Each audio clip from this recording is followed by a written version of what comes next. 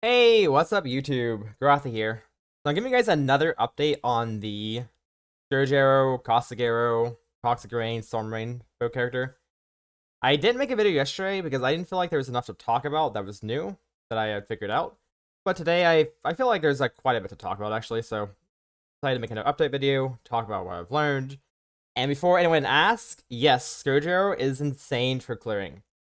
Now I think it's actually worse single target than Caustic Arrow, but for clear, yes, it's very, very insane. I think it's very meta this league. And yeah, because if you guys like playing fast, Scourge Arrow will be the play probably.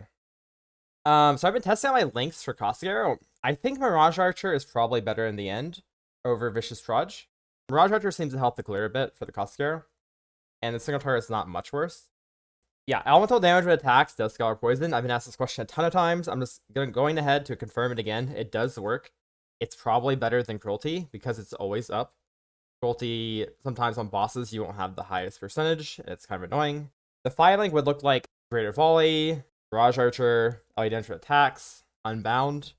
And the 6-link will probably be Cruelty or Vicious Proj. Storm Rain will be Mana Forge, Life Tap, GMP Unbound. I was actually thinking about using Storm Rain, Toxic Rain, and a 6-link. Like, for example, instead of using a 6 support gem, I'll just use Toxic Rain there. Not sure if I'm going to go that route or not, but it would be pretty good to save gem slots, and might just be better in general. I'm currently using Chance of Poison on my Storm Rain because I don't have Poison Chance, and I'll talk about the Poison Chance stuff in a bit. But generally, Chance of Poison is a pretty bad gem, so if you can replace that as soon as possible, you'll be doing more damage. I think it's Storm Rain. Storm Rain of the Conduit seems to be really good when you have low amounts of plus Troj. Like, for example, before Dying Sun, before your plus arrow quiver, before plus arrow bow. Storm Rain of the Conduit would probably be better. I think if once you start scaling Proj, though, the normal Storm Rain is better. Thinking of the Mana Forge setup, you probably need to have Master Surgeon to sustain the life cost. If you do go Master Surgeon, you're going to want to have Blast Effect Duration. You want to have Blast Life Recovery Rate. There's those on the tree, like Natural Remedies, is Blast Effect Duration. And the Cluster Jewel, you have Brutal Potency. This will give you your life recovery and also some Blast Effect. On gear, you can get it on your belt. My belt is quite nice. It has life blast recovery rate and duration and charges gained. So we have a really nice uptime on our life flask, and it heals a lot as well. I put all the poison chance you can get on the tree/gear in the PUB. So if you need a resource to look at this really quickly, just make sure you check out the notes here. Storm Shroud for Ailment Immunity. So I'm running Storm Shroud for Ailment Immunity. I ran some early Sanctum and got really lucky with some Divines, so I decided to buy that really early. We get a Avoid Shock roll on our Topaz Flask. The scales are Flask effect, so we have a really high chance to avoid shock. And then you get the rest from a Abyssal. Got an Abyssal with phasing and avoid shock.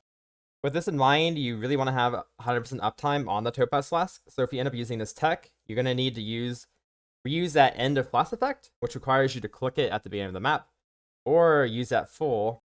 Reuse that full requires more Flask effect duration and reduce charges in order to have 100% uptime. So if you want to be safe, I would reuse that end. First line to hit, Asna's Touch, Gentle Touch will be really good for mapping, especially with the Sphere Corrupted. This will be by far the best for mapping, but it requires you to get more suppression on gear or tree. You'll probably need to get entrenched on the tree. And you'll probably need to have suppression on your helmet and your boots as well.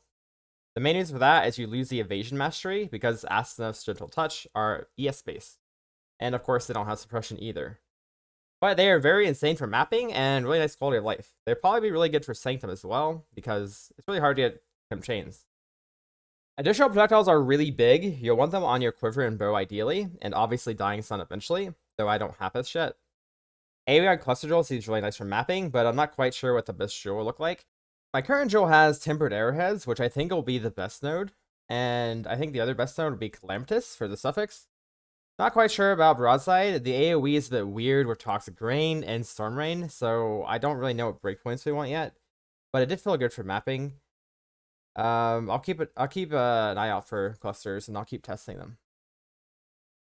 That's all I have for now. I will keep updating you guys with my endgame ideas in another video, but this is all I wanted to talk about today, and I hope you guys enjoy the video. If you guys have any questions, make sure you stop by my stream, and I'll try to answer them as well as possible. Thanks for watching, everybody, and I will see you guys next time.